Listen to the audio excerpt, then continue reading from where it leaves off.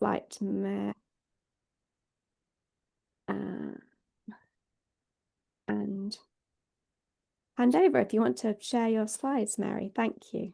Hello, everyone. I'm just going to give you a brief rundown of We Are the ARK today. And go in here. How do I do this? How did it change?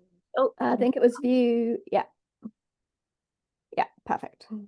Okay, so I work as a garden designer, and when I was a young woman in 2002, I won a gold medal at the Chelsea Flower Show for garden design. It was the first person from Ireland to ever do so, and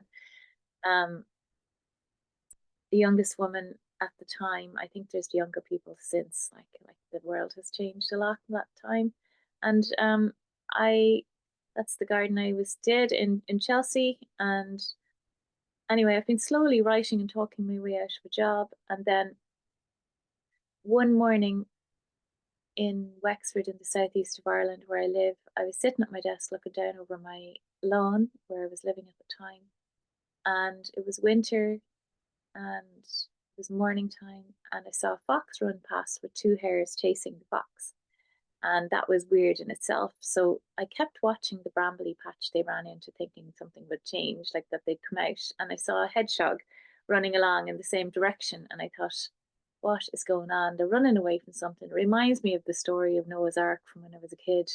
And I went outside and went in the direction they were coming. And there had been this really beautiful thicket of a field at the end of the lane, on the far side of the road, which had been impenetrable, like Sleeping Beauty's wall of thorns. And it was an emergent woodland full of blackthorn and hawthorn and wild rose gorse. And there wasn't any way into it. And I really loved it because it had a really strong energy. It was about an acre. And somebody got planning permission to build a house at the top of the field, and they'd gone in with a digger to clear it out within moments to make a garden without any thought for the creatures that depended upon it and called it home. And I had done that myself many times, and I realized almost instantly that that was the end of that part of my life.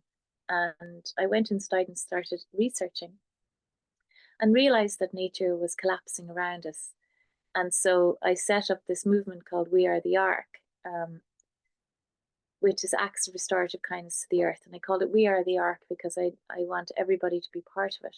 And I think, you know, we are tearing nature apart patch by patch, and we have to build it back together patch by patch, because everybody is waiting for someone else to fix what's happening.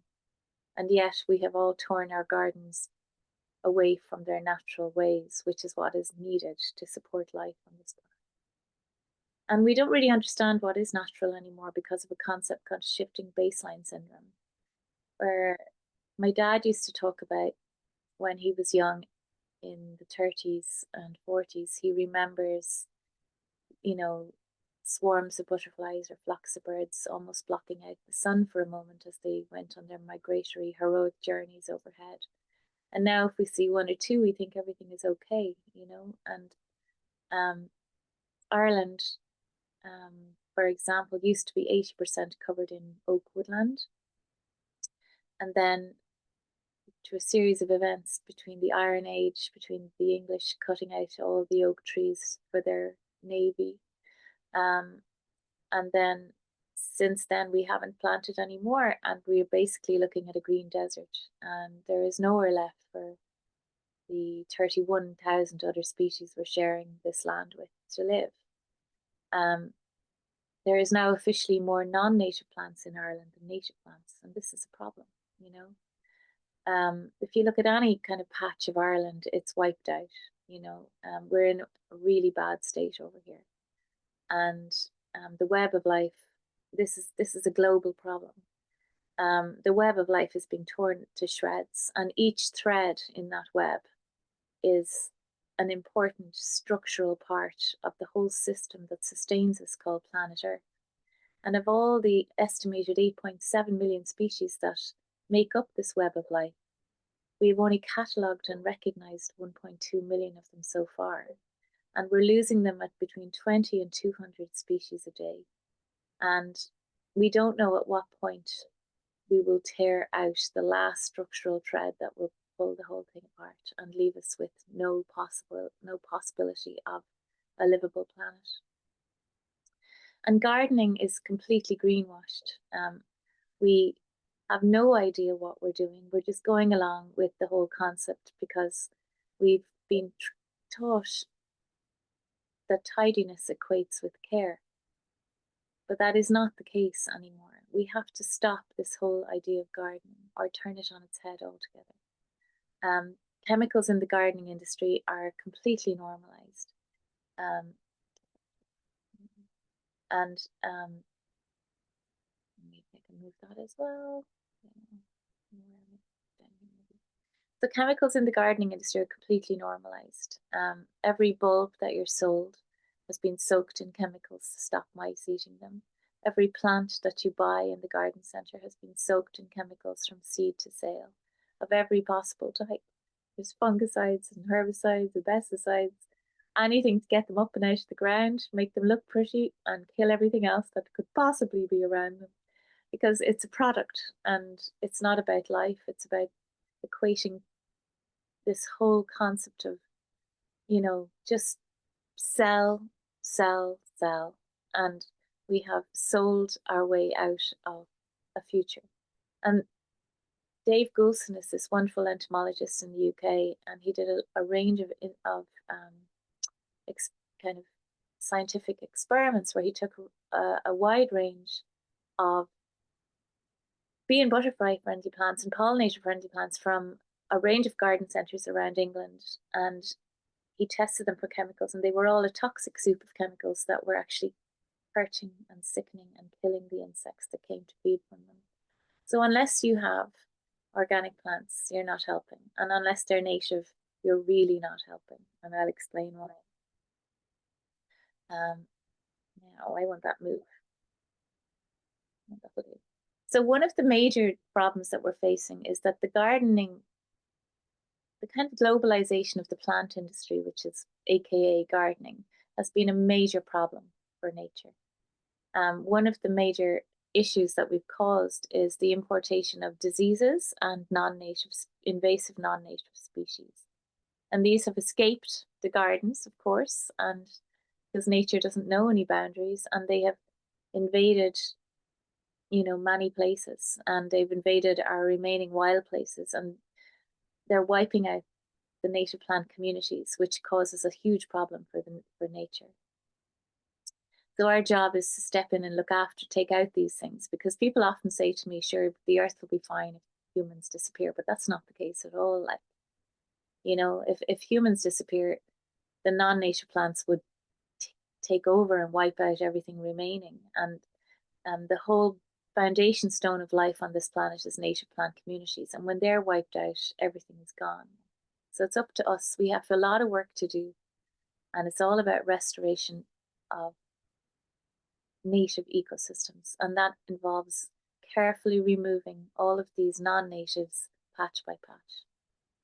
So one of the things we're being told is that pollinator-friendly plants are the way to go, and that people are being made to feel like they're doing something useful if they go to their garden centre and buy these pollinator-friendly plants, open flowered. So it's a bit like having a fast food restaurant in your garden, and you've got an organic kind of restaurant on one side filled with all sorts of beautiful broccolis and carrots and everything. And on the other side, you have your fast food restaurant, which are the pollinator-friendly plants. And so the insects come along and they go, like it's like throwing your children out into that situation. Of course, they're going to go towards the flashy red lights of the fast food restaurant, and then they're not going to get the nutritional components they require at that time of the year. And not only that, they may get a bit of a feed, most likely be laced with chemicals, and it's also not allowing them their native plant partners, because they're being pushed away because we've been told that they have no value. So without their native plant partners, which they have evolved alongside over millennia, they cannot lay a new generation of their own species, and so their populations collapse locally. And that's where the problem is beginning. So the idea is that we are the needle and native plants are the thread. And with every patch we have under our care, we need to weave back the native plants on all levels. And there's 5,000 weed seeds, as we call them, in every square foot of healthy soil. They only need a 30th of a second's worth of light to be activated. And rather than looking at them as a problem, you need to become an ecologist. You need to look into ecology, because all gardeners need to understand ecology, because they're being sold a pup. And what we've been told is helpful is not helpful. We need to understand the connections between insects and plants, and between plants and their other layers of communities. So, why do native plants matter? Well, basically, insects have evolved over millennia, and they've spent a long time trying to work out how to be able to cope with the chemicals in certain native plants. So um, native plants, all plants are filled with chemicals, like to stop creatures eating them. They don't want to be eaten. That's how they protect themselves. And so the insects in their larval phase focus all their attention on certain plants, and they adapt to them very, very, very slowly over a long period of time. And so 80% or 80 to 90% of insects are specialists, and 10% are generalists. Generalists mean they can eat a wide range of plants, but they're always native. And people talk about the pollinator-friendly plants and how pollinators are the most important, but actually it's the larvae, the caterpillars, that drive the most energy into the food web. And nobody talks about them. And so everything is collapsing. And nobody talks about them because what do they need? They need the native plants. And we don't sell them in our garden centres. And not only is it that we need native plants, we also need locally adapted native plants, because not only have plants and insects evolved nationally, they also have evolved locally with different adaptations. They have different ecological evolutionary adaptations. Sorry, just give me a moment.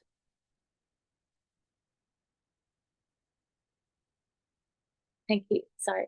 And so if you bring in plants from a little bit further away, then they can have, they might not be suitable for the insects from that region. And so it's not straightforward that you can go and buy our way out of this. It's actually about taking care and working with nature as a partner in the process, and working with the seed bank and working with local plants and collecting local seed. And it's a slow and it's a very rewarding process, building an ARK as opposed to a garden. So arking versus rewilding. Arking, we have 25,000 ARKs all around the world now, and some of them are window boxes in Norway, some of them are 1,500-acre ARKs in Texas. They, it's all about human interaction. Rewilding is about restoring the whole web of life as much as you can. And so you need a lot of land. You need 15 to 2,000 acres, 1,500 to 2,000 acres to get enough land in place for a whole restoration project, to have enough land for, big creatures like lynx or wolves or whatever you need. And without any of them in place, you don't have a balanced ecosystem. So in a very small garden, of course, you're not going to be able to have any of those things. So we have to step in and carry out the ecosystem services missing, because we've removed those creatures from the system. And what that means is basically that we have to become the disturbers, because when all the creatures are in place, you will have everything from woodland to shrubby areas to all the layers of meadow to bare earth. And then we have to come in and create those layers. And that's how you can have a beautiful space, by designing the layers of ecosystem maturity and weaving humans in that way. So it's not like an ARK is an abandoned space. It's actually quite the opposite. It's much more cared for than a garden. But the harvest from an ARK is hope, because rather than looking at, people travel all over the world to visit untouched places of natural beauty, and they love nature, and then they come home and they wrap their gardens, they wrap their homes with outdoor rooms that have absolutely no relationship with the natural world other than a vague kind of reference. And it's a bit like, it's a similar kind of thing, like the earth is the embodiment of the feminine energy, and we women, like the earth, are really tired of only being valued for being pretty or productive, and the earth is the same. Like, the earth is sovereign, she needs to be free, and we have to set her free. and we have to support her to be able to support all of her creatures so that we get to stay here, because we are completely dependent upon the web of life to give us food, shelter, clean air, clean water, everything. And yet we're treating it like somebody else can look after it. But we've pushed it so far away now that it has nowhere to go. And that the only way this is going to work is if we bring it back home and we pull and wrap ourselves with the natural world, and we wrap every patch we have with nature, not with a garden, not with some, like, it's like a woman whose face is so completely covered in makeup that you don't see her anymore. And that's what gardens are, and it's very hard for people to let go of this concept. People fight me all the time. And I'm not fighting with people. I'm just saying, look, this is the way it is, like. And if you want to save the planet, start with your own patch of it, or else stop talking, like. Don't expect someone else to fix it, unless you're prepared to fix it yourself.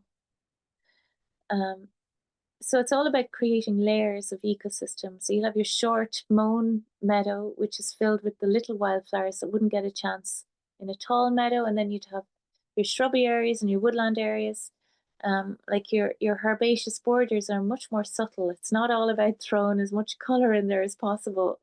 Like a sweet shop. It's soft and it's so full of life. It's full of bees and birds and butterflies and insects, and the soil is coming back to life. And we have to look at how everything can be habitat. So everything from your seats to your floor treatments, everything. Look at it again, and there's a new layer of thought: is how can I make this as a home for someone else? And um, so dead hedges are a really useful thing, because we have to take out like the invasive species like laurel, which are used in our hedges a lot of the time, and we have to replace them with native hedgerows. And so while we're waiting for native hedgerows to grow back, you can use the dead wood to create a dead hedge like this, which is a very simple thing. It gives you that barrier, it gives you your privacy. You can build them up quite high, or you can have low ones, and it creates an instant kind of habitat for fungi and insects, and a pantry for birds. And it's just the most amazingly um, abundant kind of system in itself, because all life grows upon the death of all those who've gone before us. And then you have to add in as many different little supports as you can, like bird baths, or leaving, leaving the leaves where they lay. If they are on your paths, use a brush, a sharp brush to brush them away. But don't be using those leaf blowers. Like they dry out all the millions of creatures that live in the dead leaves.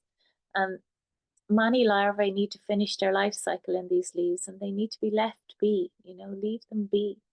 And then a lot of little mammals obviously use them as a winter blanket. So, and this is how the plants feed themselves. And instead we tidy them away, because that's what we've been told is the right thing to do. And let the fruit lie on the ground, and don't be afraid of things like wasps. Like, they're important pollinators. So sure, they're annoying, but like, we're much more annoying. Um, and there's this wonderful quote from this beautiful activist called Leah Onfo, and it's my favorite quote. And she said, the sign of a healthy economy is drinkable rivers. And we have poisoned all of our rivers, and England's rivers are in a much worse state than ours. Even, like, all of our rivers are absolutely destroyed from us with industrial agriculture and all the craziness, like pumping our sewage into water, all the things we do which make absolutely no sense. And if it's not safe for us, imagine how difficult it is for the much more sensitive creatures that have to live in it. Like, it's all about water. It's all about restoring health to the water. We really have to look at things differently. Like, nobody understands people going on about climate change, or 1 degree or 2 degree. We really have to start talking about restoration of nature, restoration of the natural world, removing pollution. Like, we have to talk about it differently. We're not communicating it properly.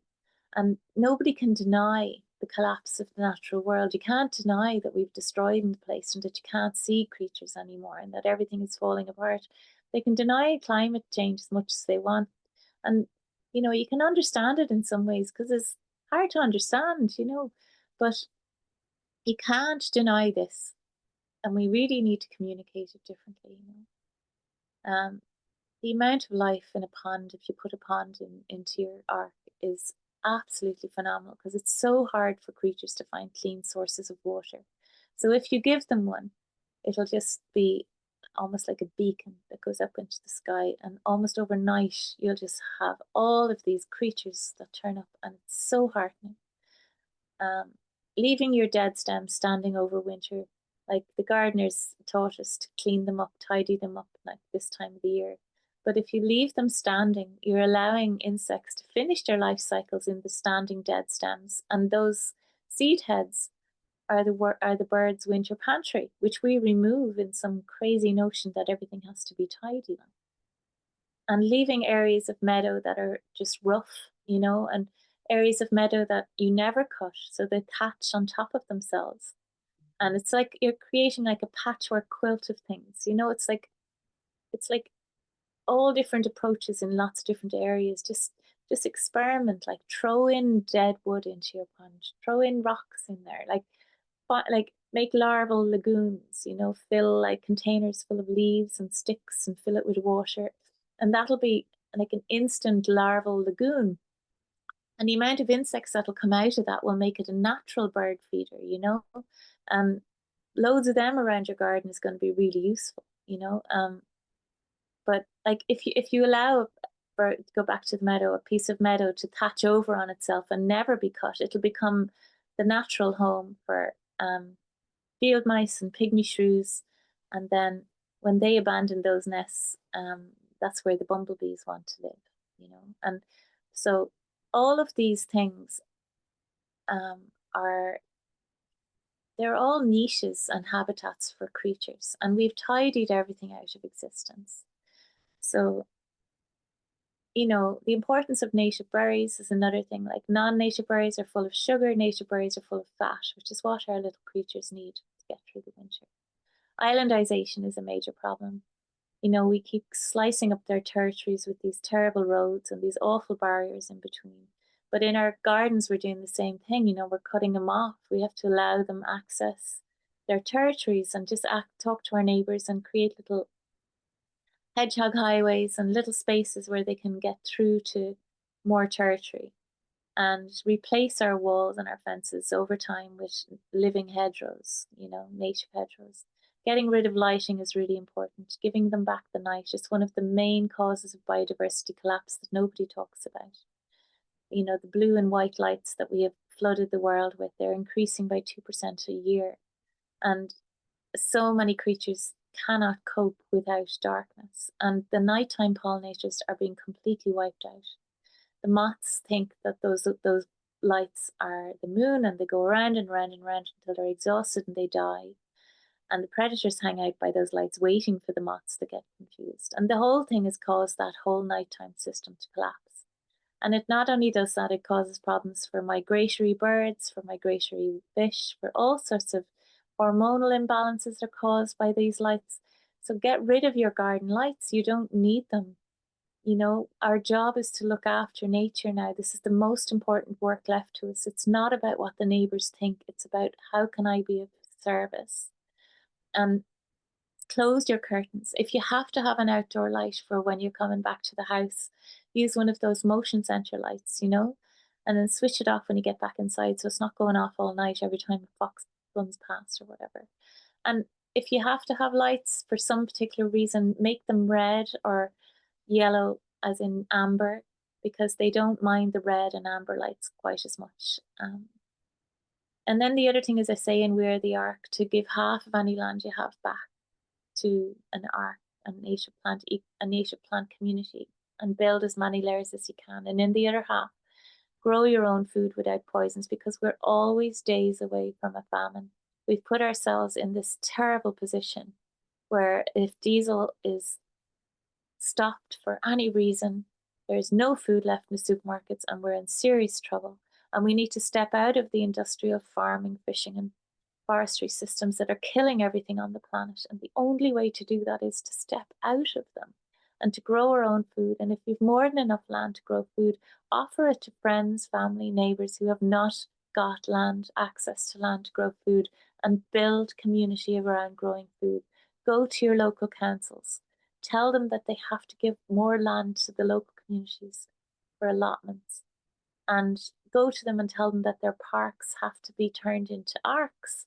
You need to make them native plant communities. Retrofit the lights in your area. They do it in lots of towns in Europe where they have orange or red lights in the towns, and it works very well, and they don't cause problems for life.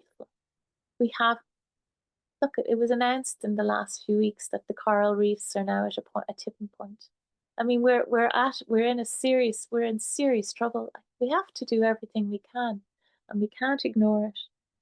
And so, these are just, I ask people to make a sign saying this is an ARK with the website underneath, and there's ARKs all over the world, and the website is there with the steps to building an ARK, and it's all free. And there's also a book, and you can get the book from your local library if you ask them to order it in. And it's a very simple process, and it really does give you a sense of kind of becoming a guardian instead of a gardener. And it really fills your heart with joy. And what's happening is that people leave their ARKs and they go out into their local communities and they become activists because they see how quickly nature can recover with a little bit of support. And then they go out and see all these green spaces which are just absolutely useless and are kept tidy because we've been told to do that because that's what we think is useful. So that's it. Thanks for listening. Yeah, we have to